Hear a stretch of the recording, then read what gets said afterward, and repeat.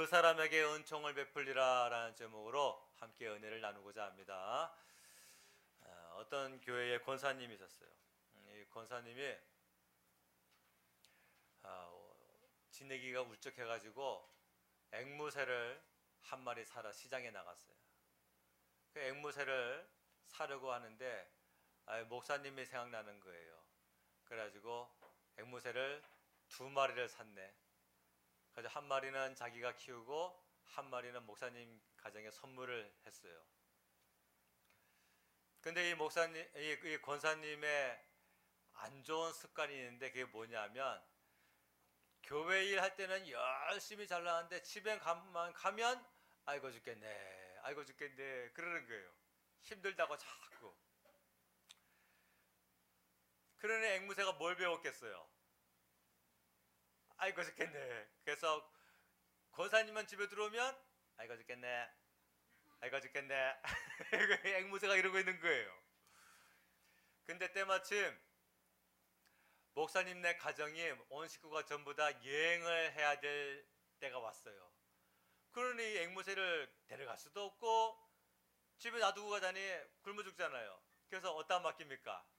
권사님 댁에 맡긴 거예요. 좀 키워달라고, 잠깐 동안 봐달라고. 그래서 권사님이 그럼 목사님 아무 걱정하지 마시고 잘 다녀오십시오. 앵무새는 제가 잘 돌보겠습니다. 그러고 나서 앵무새를 받아서 이제 두 마리를 키우고 있는데 며칠이 지나가지 않아가지고 권사님이 그만 죽고 말았어요. 왜 죽었을까요? 권사님이 집에 들어오자마자 맨날 권사님이 키우던 앵무새가 하는 말이 아이고 죽겠네, 아이고 죽겠네. 그런데 목사님이 키우던 앵무새가 하던 말이 내 믿음대로 될지어다, 내 믿음대로 될지어다.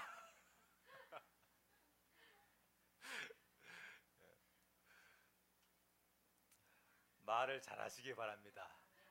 네? 꼭 하고 싶은 말이 있다 한다 할지라도 하나님이 들으시기에 좋은 말이 있고 나쁜 말이 있어요. 그렇죠? 그래서 어떤 사람은 일은 잘하는데 입으로 다 쏟아버리는 사람이 있을까요? 없을까요? 간혹 우리 교회는 없지만 그럴 수가 있어요. 일은 열심히 했는데 집에 가서 아이고 죽겠네, 아이고 죽겠네, 누구 때문에 죽겠네, 누구 때문에 죽겠네. 근데 이게 그냥 웃고 넘길 만한 말은 아닌 것은 민수기 14장에 보니까 12명의 정탐꾼들이 가나안 땅을 다녀와가지고 하는 말에 하나님께서 이렇게 말씀하셨어요. 너희 말이 내 귀에 들린 대로 내가 행하리라 그랬어요. 그래서 그들의 말의 결과였던 여호수아와 갈렙 두 사람은 죽지 않고 가나안 땅에 들어가게 됐고 나머지 10명 가나안 땅에 못 들어가. 그 땅은 좋은 땅이긴 하지만 그 땅 주민들이 어마어마해. 전부 다 최홍만 같은 사람들이야. 그들 보기에 우리는 메뚜기 같았을 거야. 그 사람들은 진짜 못 들어가게 됐어요. 하나님의 귀에 들린 대로 하나님이 다 행하셨어요. 오늘 우리 말이 다 주님께 들립니다. 맞아요, 안 맞아요? 말씀해 보니까 시편에 보니까 귀를 지으신 이가 듣지 아니하시랴, 눈을 만드신 이가 보지 아니하시랴. 하나님이 들을 수 있는 기능을 만드셨다고 한다면 하나님은 더 잘 들으시겠죠? 아니에요? 우리에게 볼 수 있는 기능을 주셨다고 한다면 그분은 더 잘 보시겠죠?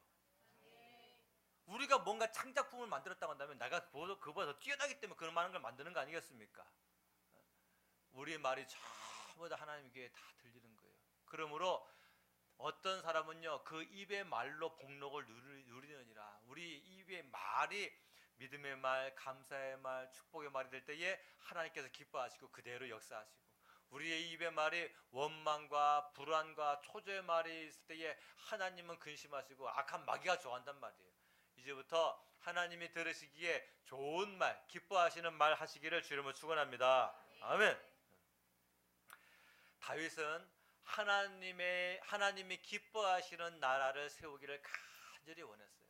자기가 왕 됐지만 자기가 좋아하는 나라가 아니라 하나님이, 어떻게 하면 하나님이 기뻐하시는 나라가 될 수 있을까?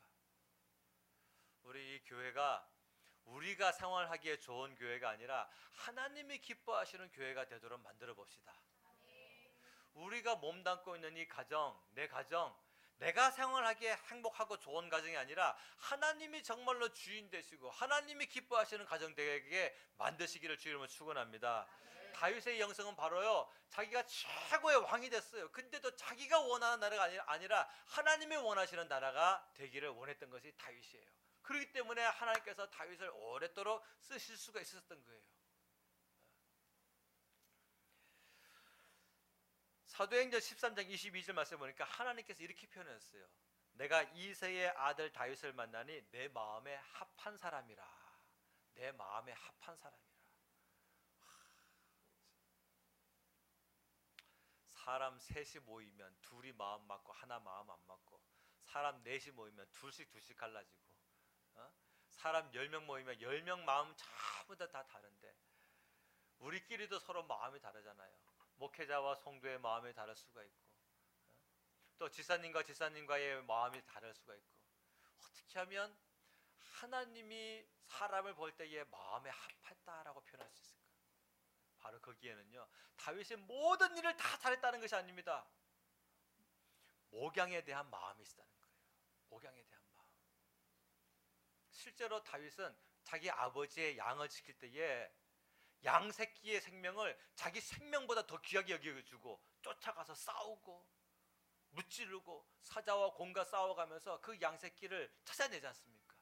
그러니 이런 짐승 새끼도 맡겼더니 자기 생명을 걸고 지켰다고 한다면, 더 존귀한 사람인 이 나라, 내 나라, 이 유대민족, 이들을 이 다윗에게 맡기면 더 잘 돌보지 아니하랴. 하나님의 눈에 발견된 것은 다윗의 마음에 목양정신이 있다는 거예요. 목양정신. 여러분, 목양정신은요, 교회 안에서도 있어야 되지만 가정 안에서도 있어야 됩니다. 특별히 가정 안에서 있어야 되는 거예요. 그래서 하나님이 다윗의 이 마음에 합한 자, 다윗이 하나님의 마음에 합한 자라 하면서 뭐라고 말씀하시느냐? 내 뜻을 다 그에게 이루게 하리라 하셨어요. 그에게 내 뜻을 다 이루게 하리라. 우리도 하나님의 마음에 합한 자가 되어서 하나님의 뜻을 이루며 사는 여러분 되시기를 바랍니다. 자, 보세요. 오늘 본문 내용은 딱 두 사람 내용이에요. 누구? 다윗과 므비보셋. 근데 이 므비보셋은 누구의 아들입니까? 요나단 왕자의 아들이에요. 요나단 왕자는 누구의 아들이에요? 사울 왕의 아들입니다. 사울 왕의 아들이 요나단 왕자요. 요나단 왕자의 아들이 바로 이 므비보셋이에요. 그러니까 이 므비보셋은 사울의 손자가 되는 것이죠. 그리고 요나단의 아들이 되는 것이고, 다윗이 사울 왕에게 쫓김을 10년 동안 받을 때에, 그때에 비록 사울의 아들이었지만 다윗을 보호해주고 다윗을 지켜주고 다윗이 피난 갈 수 있도록 모든 것을 최선을 다해서 도와준 사람이 바로 요나단 왕자거든요. 근데 이 요나단 왕자가 사울과 함께, 자기 아버지와 함께 전쟁하러 나갔다가 말고 전쟁터에서 전사하잖아요. 사무엘상 31장에서. 그래서 다윗이 이제 왕이 되었습니다. 사울도 사라졌고 사울의 아들들, 왕자들 다 죽고, 비록 그게 안타깝게 요나단 왕자도 죽었지만 이제 다윗이 왕 됐어요. 한 13년 정도 흘렀습니다. 정말 의형제 맺었던 그 형님 요나단 왕자 덕에 내가 안전하게 보호받을 수 있었는데, 요나단 왕자는 죽고 없고 내가 어떻게 하면 그에게 받은 은혜를 갚을 수 있을까? 여봐라, 요나단 왕자의 가문에 누가 남은 자가 없느냐? 사울의 왕가 중에 누구 남은 자가 없느냐? 그랬더니 므비보셋이라고 하는 사람이 나타난 거예요. 한 사람 있습니다. 근데 이 므비보셋이 절름발이에요. 왜냐? 사울 왕과 요나단 왕자와 말기수아와 아비나답과 이 막 왕자들이 다 한꺼번에 나가서 전쟁하는데 블레셋과의 전쟁에서 졌거든요. 그때에 전쟁에 졌다라는 얘기를 듣고서 유모가 요나단 왕자의 아들 므비보셋을 들쳐매고 막 뛰어가다 그만 뚝 떨어뜨린 거예요. 떨어뜨려가지고 척추를 다쳐가지고 하반신이 반신불수가 된 거예요. 사람 척추를 다치면 떨어뜨리면 그렇거든요. 이 므비보셋이 그렇게 되어버리고 마는 거예요. 그러니 완전히 비참한 인생 아닙니까? 자기 할아버지의 범죄로 말미암아 하나님을 등진 할아버지 사울 왕의 범죄로 말미암아 가문이 폭락했어요. 가문이 무너졌고, 그리고 그래도 비록 그 다윗만 없다고 한다면, 하나님이 기름 부으신 자 다윗만 없다고 한다면, 그래도 살아남은 자기가 그 왕손이거든요. 왕손, 직계 왕손이란 말입니다. 그런데 그것마저도 희망이 다 사라져 버리고 마는 거예요. 어쩌면 무비보셋 입장에서는 다윗이 실어질 만한 대상이 될 수가 충분히 있는 거예요. 그런데도 불구하고 다윗은 무비보셋을 찾아줍니다. 오늘 이 다윗과 무비보셋 얘기를 통하여서 우리가 은혜 받을 만한 것 세 가지가 있어요. 그것이 첫 번째로 무엇이냐? 믿음의 가정들에게 은총을 베풀어야 한다라는 사실입니다. 오늘 본문 3절 말씀을 보도록 합시다. 3절 시작. 왕이 이르되 사울의 집에 아직도 남은 사람이 없느냐? 내가 그 사람에게 하나님의 은총을 베풀고자 하노라 하니 시바가 왕께 아뢰되 요나단의 아들 하나가 있는데 다리 저는 자니이다 하니라. 아멘. 자, 들어보세요. 가나안 땅에는 큰 호수가 두 개가 있어요. 하나는 북부에 있는 갈릴리 호수죠. 갈릴리 호수. 또 하나는 남부에 있는 사해 호수입니다. 그런데 너무 커서 바다라고 표현하죠. 갈릴리 바다, 사해 바다. 하지만 정식으로는 바다가 아니라 호수죠. 갈릴리 호수는 가로가 11km, 세로가 22km입니다. 얼마나 넓은지 아세요? 우리 천호대교에서 남단에서 북단까지 거리가 1km밖에 안 돼요, 여러분. 갈릴리 호수가 가로가 11km예요. 세로가 22km예요. 세로가 22km라는 얘기는 여러분들의 천호대교에 서가지고 어디까지 바라볼 때, 성산대교까지 바라볼 때 거기 22km가 나옵니다.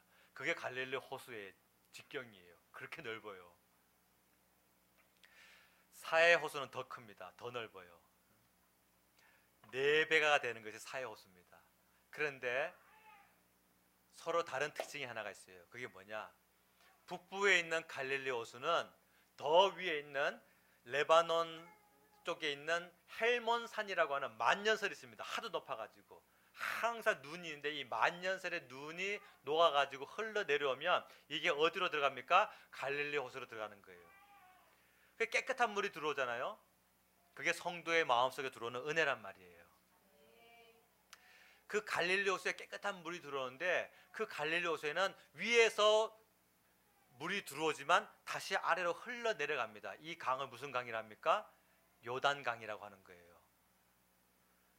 그래서 갈릴리 호수는 물이 들어오고 물이 나갑니다. 그래서 갈릴리 호수는 생명체가 가득한 호수가 되는 거예요. 성도에게 은혜가 들어오면 은혜가 나가줘야 되는 거예요. 용서하며 살아야 됩니다 하면 맞아, 이제부터 용서하며 살아야지 하면 실제로 내 원수를 내가 찾아가 줘야 되는 거예요. 그렇지 아니하잖아요. 그러면 은혜는 들어왔는데 은혜를 내가 실행하는 삶을 살지 못하면 마음이 힘들어지게 돼요. 그럼 뭐가 되느냐? 사해호수가 돼요. 사해바다가. 사해호수의 특징이 뭐예요? 더 넓습니다. 더 커요. 근데 희한한 것은 사해호수는요 내려보내는 곳이 없어요. 지구상에서 해수면보다 제일 낮은 곳이 사해바다입니다. 사해호수예요. 해수면보다 400m나 낮아요. 내려오는 물줄기를요 전부 다 그만큼 유입량만큼 증발시켜 버립니다. 높은 온도 때문에. 그래서 소금밖에 안 남아. 그래서 이 사해호수는요 생명체가 하나도 없어요. 그래서 알잖아요 우리. 예? 거기에 수영도 못하는 사람도 사해호수에 가가지고 들어 누워버리면 떠요. 구명조끼를 안 입었는데도. 그래도 수영 못하는 사람도 거기서 마음 놓고 뭐 자유형, 배형, 접영. 수영 못하시는 분들은 그쪽을 사모하시기 바랍니다. 사해호수는요 생명체가 못 살아요. 이유는 뭐냐? 흘러 들어오긴 들어오는데 나가지를 못, 배출을 못하는 거예요. 하나님의 은혜가 들어오면 그 은혜대로 살아야 됩니다. 그래야 성도가 살아있는 생명체가 되는 거예요. 우리가 누군가가 헌신했다라고 하는 것에 대해서 감동을 받았어요. 그럼 우리 어떻게 됩니까? 헌신해야 되는 거예요. 그럴 때에 같이 들어오고 나가고 하면서 생명체가 넘친단 말이에요. 아멘입니까? 재물의 복이 들어왔어요. 이거 가지고 감사도 하고 섬김도 하고 베풀기도 하고 밥도 사주고 가난한 사람 도와주기도 하고, 그럴 때에 하나님의 은혜는 계속해서 순환되어지는 거예요. 아멘. 그런데 그렇지 못하고 자꾸 그것이 재물이든 무엇이든 은혜든 복이든 다 들어오기만 들어와 보세요. 그러면요, 교회 안에 들어오면 계속 뭐합니까? 베풀어야 됩니다, 나눠야 됩니다, 용서해야 됩니다, 충성해야 됩니다, 전도해야 됩니다 하는데 베풀지도 않고 나누지도 않고 전도하러 가기 귀찮고 섬기기 귀찮고 땀 흘리기 귀찮고, 그러면 몸은 편해요. 근데 뭐예요? 마음은 괴로워요. 은혜대로 살지 못하는 자기 자신에 대해서 계속 정죄감이 됩니다. 그게 뭐예요? 죽음바다예요. 그게 사회바다란 말이에요. 그게 바로. 그런 심리 속에 누가 역사하느냐? 마귀가 쉽게 역사합니다. 아유, 나 같은 건 아마 기도해도 하나님이 안 들으실 거야. 나 같은 것은 아유, 그냥 내 가정 그냥 별 문제 없어, 그냥 행복해만 살면 돼. 이런 소극적인 복의 개념, 땅에 있는 복의 개념으로만 살게 만드는 것이 그런 사람들의 특징이란 말이죠. 우리 사회바다 되지 마시고 갈릴레오 사회 호수 되지 마시고 갈릴레오 호수처럼 생명력 넘치는 심령 되시기를 주님으로 축원합니다. 좋은 일을 하는데 믿음의 가정들에게 많이 해야 돼요. 그러면 자 보세요. 이 가나안 땅은 첫 번째로는 천국이거든요. 맞아요, 안 맞아요? 광야는 이 세상이고 가나안 땅은 천국이잖아요. 우리의 목적지, 젖과 꿀이 흐르는 땅. 아멘입니까? 자, 가나안 땅의 1차적인 의미는 천국을 표현하는 것이고, 2차적으로 천국의 축소판인 교회를 말하고 있는 거예요. 아이, 목사님 무슨 교회가 천국이에요? 찢고 뽑고 싸우고 교회에서도 훔치고 뭐 음란하고 별짓 다 이러는데, 그거는 성령 충만하지 못한 잘못된 교회에서 나타나는 문제고, 진짜 교회는 은혜와 사랑과 용서와 만 원짜리가 여기 떨어져서도 아무도 주워가지 않고, 아닙니까? 핸드폰을 새로 산 핸드폰을 저기 놔뒀어도 다음 주에 와면 그대로 있고. 자, 가나안 땅의 축소판, 천국의 가나안 땅의 본래 의미는 천국이요. 천국의 축소판은 교회예요.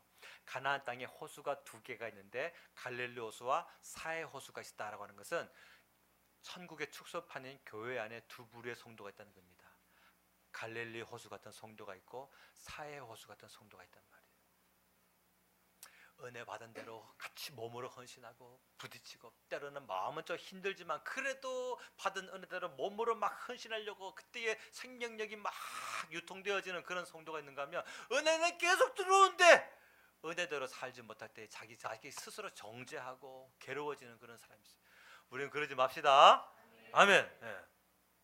고인 물은 썩는 법이에요. 은혜도 마찬가지입니다. 은혜가 썩는다는 뜻이 아닙니다. 하나님의 은혜가 어떻게 썩어요? 근데 하나님의 은혜가 썩지 못하지만 하나님의 은혜가 고이게 되면 심령이 썩는단 말이에요. 심령이 썩는다. 받은 은혜를 그대로 잘 베풀고 순종하여서 사해바다가 아니라 갈릴리 호수처럼 생명력이 넘치는 많은 사람들을 살려주는 귀한 삶을 사시기를 예수님의 이름으로 축복합니다. 다른 사람들이 세워져야 돼요. 그러면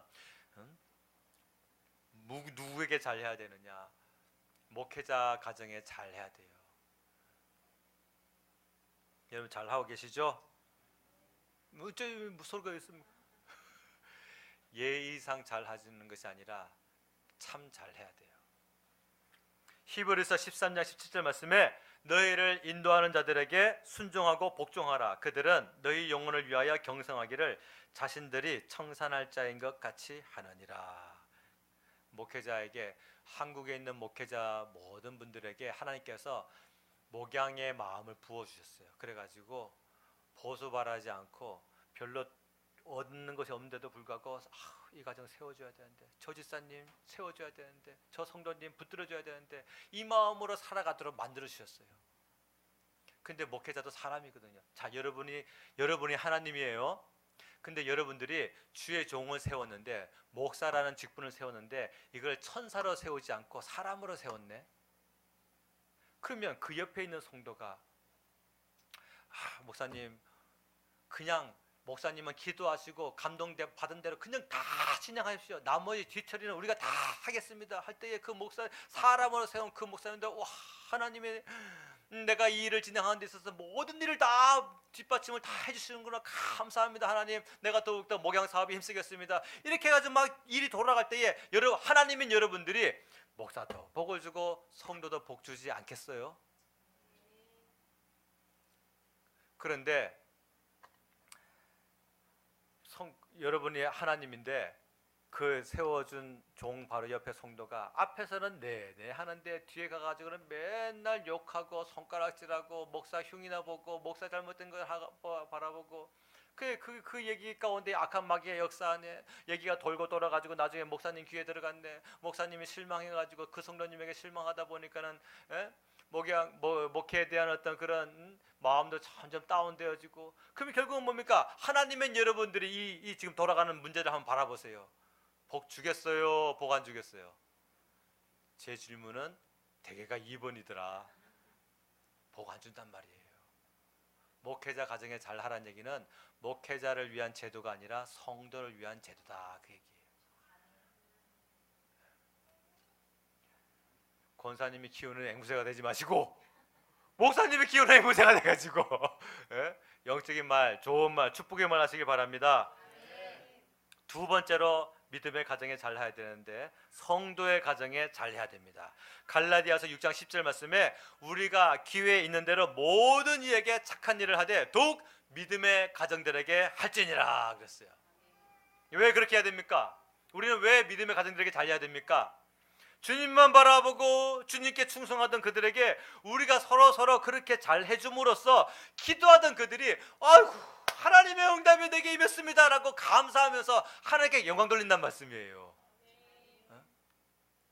하다못해 우리가 밥이라도 한 끼 사주고 아니면 옷이라도 하나 선물해주고 또는 뭐 반찬을 좀 만들어주고 할 때에 그게 뭐 큰 실질적인 도움은 안 나날지라도 마음의 위로가 되잖아요. 힘들고 어려울 때에. 그래서 내가 주님 바라보고 기도하고 헌신할 때에 하나님께서 나를 또 이렇게 위로를 받게 하시고 다시 또 새 힘을 얻게 하시고 하나님의 나와 함께 하시면 이렇게 경험하게 하시는군요. 감사합니다. 이 하나님의 역사가 이렇게 사람과 사람과의 이 관계 가운데서 나타나게 하신다는 말씀이에요. 네. 특히 홀로 신앙생활 하는 분들의 가정이 우리 교회에 꽤 많이 있어요. 머릿속에 한번 떠올려 보십시오. 그리고 그들을 도와야 됩니다.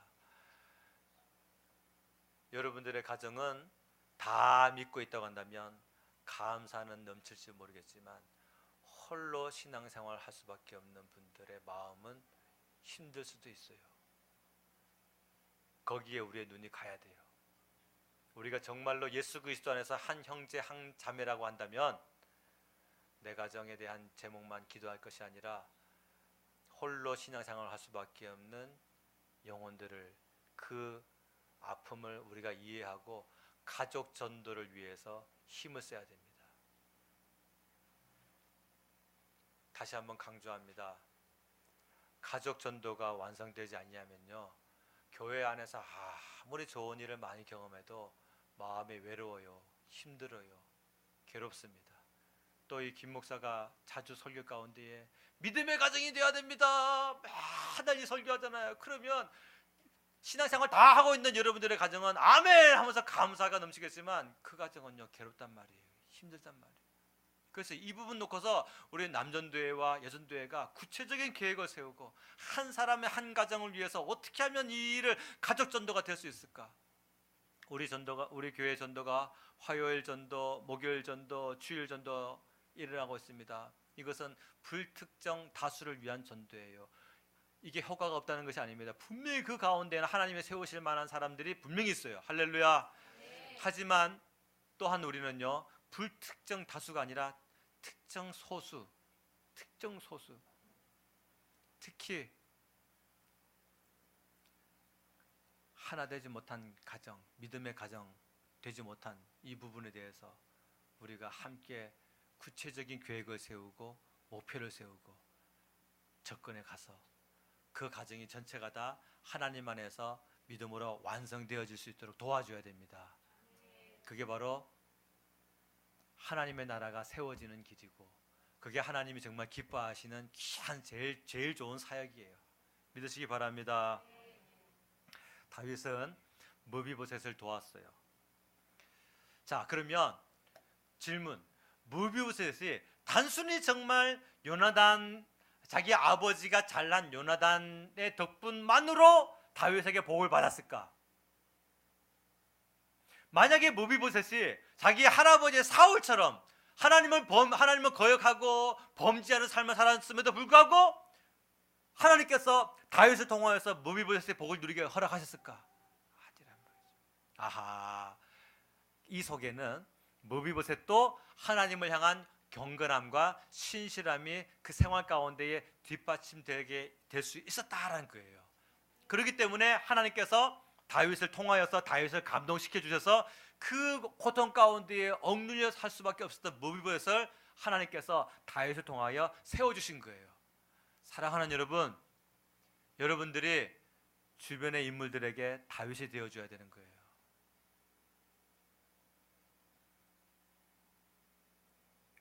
기도하고 있는 무비보셋, 고통받고 있는 무비보셋, 그들이 얼마나 많은지 몰라요. 자기의 선조의 잘못으로 말미암아 고통받고 있는 무비보셋이 얼마나 많은지 몰라요. 사실 우리도 다 그 가운데 태어났거든요. 우리 선조 아담의 그 잘못 이후로 말미암아 모두가 다 우리 다 무비보셋을 살아왔어요. 그런데 하나님께서 우리를 건져주신 거예요. 무비보셋은 자기 할아버지 선조의 잘못으로 말미암아 집안이 폭락했어요. 근데 다윗이 자기 인생에 찾아왔어요. 마찬가지예요. 우리도 그 가운데 구원받은 거예요. 그러니 여러분들도 그 누군가에게 다윗처럼 되어줘야 됩니다. 두 번째 받을 은혜가 있어요. 적극적으로 은혜를 베풀자. 아멘. 자, 오늘 본문의 7절과 8절 말씀을 보겠습니다. 7절과 8절 함께 읽습니다. 시작. 다윗이 그에게 이르되 무서워하지 말라. 내가 반드시 내 아버지 요나단으로 말미암아 내게 은총을 베풀리라. 내가 내 할아버지 사울의 모든 밭을 다 내게 도로 주겠고 또 너는 항상 내 상에서 떡을 먹을지니라 하니 그가 전라에 이르되 이 종이 무엇이기에 왕께서 죽은 개 같은 나를 돌아보시나이까 하니라. 아멘. 자, 여러분, 다윗은 무비보셋의 아픈 상처를 다 씻어줍니다. 명예로운 왕자의 신분이었거든요. 보세요. 초대 왕이 사울 왕이었고 그 사울 왕이 이변이 없는 난 그 왕권은 누구에게? 요나단에게. 그리고 이변이 없는 난 요나단의 그 왕권은 무비보셋에게. 왕손이란 말이에요. 왕손.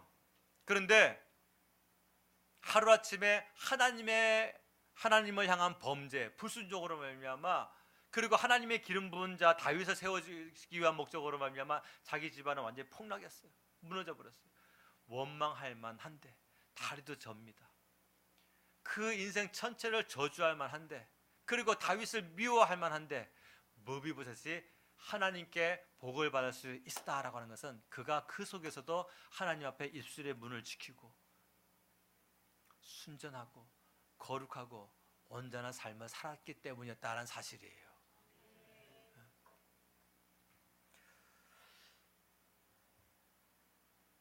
왕권이 사라졌습니다. 몸까지도 절름발이가 되고 말았어요. 무비보셋은 그 왕손이라고 하는 영광도 완전히 다 끝나버렸고 아무 희망도 갖지 못할 그런 생활을 해왔습니다.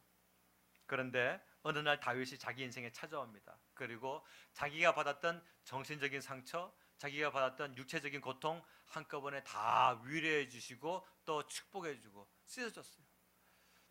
하나님께 위로받으면 우리의 모든 상처는 다 씻겨지잖아요. 사람의 위로는 어때요? 사람에게 위로받을 때요 좀 마음이 좀 위로가 되어지죠. 아유 어떡해, 아유 지사님, 아유 권사님, 아유 목사님 힘내세요, 내가 기도할게 해가지고 사람의 위로할 때 그래도 이게 또 약간 좀 되어지거든요. 근데 사람의 위로의 말 속에는 막 휙휙 나타나는 역사가 능력은 없단 말이에요. 근데 하나님의 위로는 어유 어떻게 말로만 끝나는 위로가 아니라 하나님의 위로는 기적이 됩니다. 하나님이 우리의 삶을 위로하시면 아픈 것은 치유가 되어지고 없는 것은 있게 되어지고 죽은 것은 살아나게 되는 것, 이것이 하나님이 하시는 위로란 말씀이에요. 은총을 베풀 때에는 다윗처럼 적극적으로 베풀어야 돼요. 한 번 해주고 마는 것이 아니라 무슨 많이 또 선물하는 것처럼 한 번 주고 난 후에 왜 나한테는 안 돌아오지? 이런 정도가 아니라 다윗은 은총을 베풀 때에 적극적으로 베풀었어요. 적극적으로. 그리고 내가 너한테 이만큼 아량을 베푸는 거야, 그런 티도 안 냈어요. 우리 서로 은총을 베풀 때에 내색하지 마시고 그의 마음이 무거워지는 것까지도 고려해가지고 그의 마음이 편할 정도로 최선을 다해서 적극적으로 은총을 베풀기를 주님으로 축원합니다. 우리의 아픈 상처를 주님이 씻어주셨어요. 머비보셋이 그가 다윗에게 다가간 것이 아니라 다윗이 자기 인생에 찾아와가지고 머비보셋의 모든 상처를 다 씻어줬어요. 그것과 마찬가지로 우리가 하나님을 먼저 찾는 것이 아닙니다. 주님이 먼저 우리 인생에 오셨어요. 그래가지고 영적인 절름발이 같은 머비보셋 같은 버려진 왕권, 하나님의 형상이 파손되어져 버렸고 영광이 무엇인지 알지 못하는 우리 인생에 예수님 먼저 오셨어요. 먼저 오셔가지고 우리의 모든 아픔과 우리의 모든 상처를 다 씻어주셨어요. 세 번째로 오늘 본문이 우리에게 주는 은혜가 있습니다. 자신과 동등한 대우를 받게 하셨어요. 10절과 11절 말씀입니다. 10절과 11절 시작. 너와 내 아들들과 내 종들은 그를 위하여 땅을 갈고 거두어 내 주인의 아들에게 양식을 대주어 먹게 하라. 그러나 내 주인의 아들 머비보셋은 항상 내 상에서 떡을 먹으리라 하니라. 시바는 아들이 15명이요 종이 20명이라. 시바가 왕께 아뢰되 내 주 왕께서 모든 일을 종에게 명령하신 대로 종이 준행하겠나이다 하니라. 머비보셋은 왕자 중 하나처럼 왕의 상에서 먹으니라. 아멘. 10절 말씀 보세요. 너와 내 아들들과 내 종들은 그를 위하여 땅을 갈고 머비보셋을 위하여 땅을 갈고 머비보셋을 위하여 거두며 머비보셋을 위하여서 양식을 대주어라.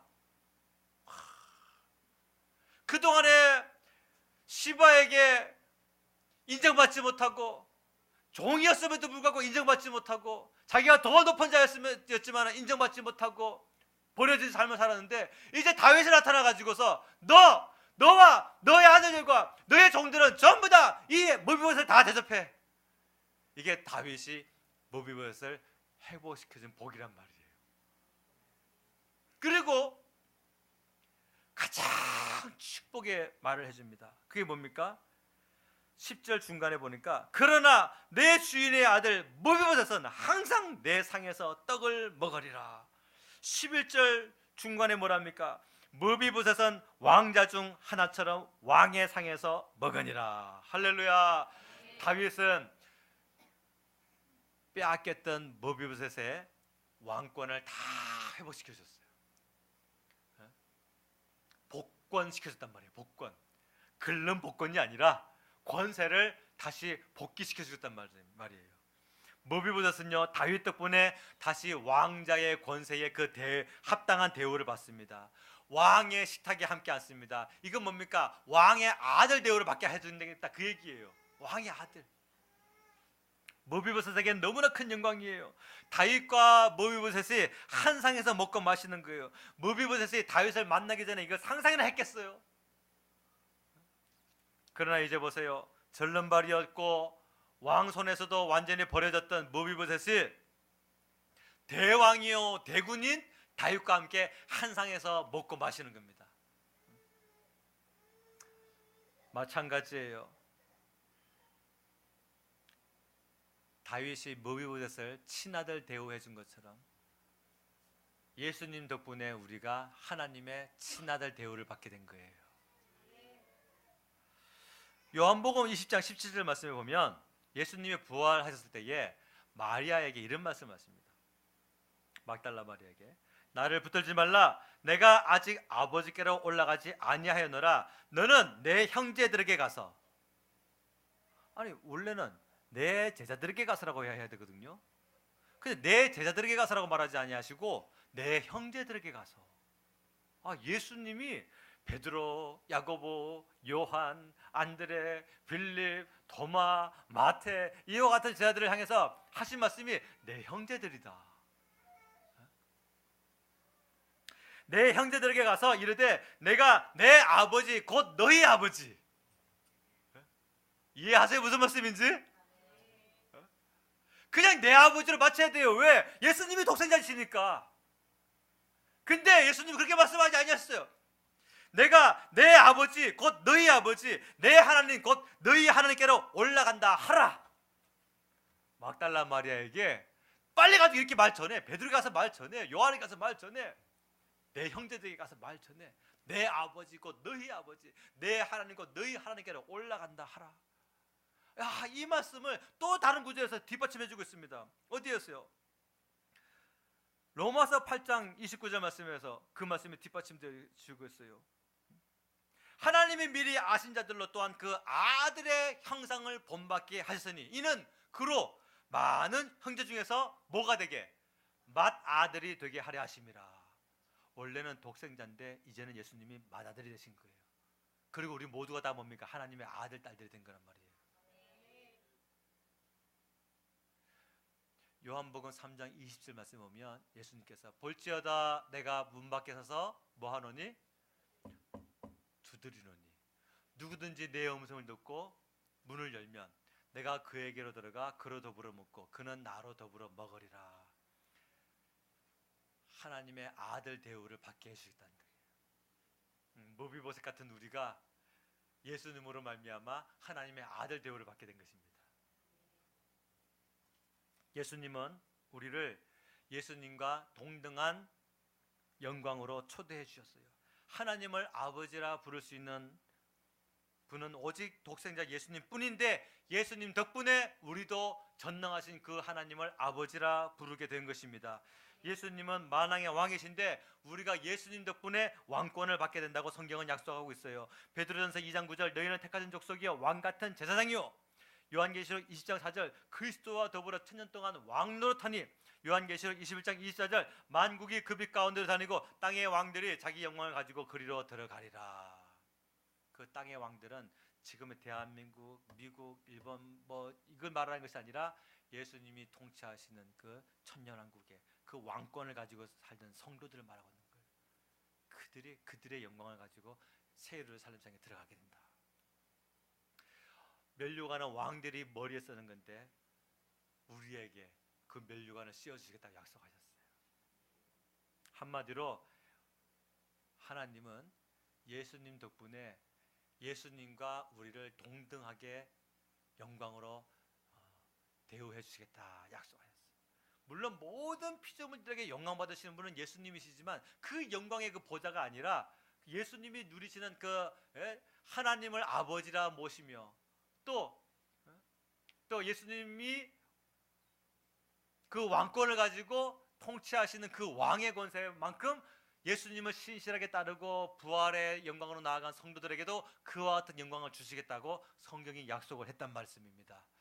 자, 말씀을 정리합니다. 무비보셋처럼 버려진 인생, 우리 인생에 예수님이 찾아오셨어요. 먼저 오셨어요. 이제 우리도 주께 받은 은총 베풀어야 됩니다. 가나안 땅에 호수 2개가 있듯이 교회 안에 2부류의 성도가 있어요. 오늘 시간 같이 한번 통성 기도할 때에 하나님 은혜 받은 대로 사는 성도가 되게 하여 주옵소서. 갈릴리 호수처럼 은혜가 들어오면 그 은혜를 또다시 베풀고 나눠주고 섬기고 하여서 하나님이 공급하시는 은혜가 계속 유통되게 하여 주시옵소서. 사회바다처럼 욕심쟁이가 돼가지고 받은 은혜만 가득하고서 도무지 충성과 헌신과 봉사와 섬김이 뭔지 모르고 땀 흘림이 뭔지 모르고 자기만을 위하여 사는 그런 사회바다가 되지 아니하고 모든 이들에게 다윗과 같이 쓰임받기를 죽은 영혼, 죽은 모비보셋 같은 사람들을 많이 세워줄 수 있는 믿음의 사람 하나님께 쓰임받는 그릇 되게 하여 주시옵소서. 우리 주여 3번 부르시고 통성으로 기도하겠습니다. 주여 주여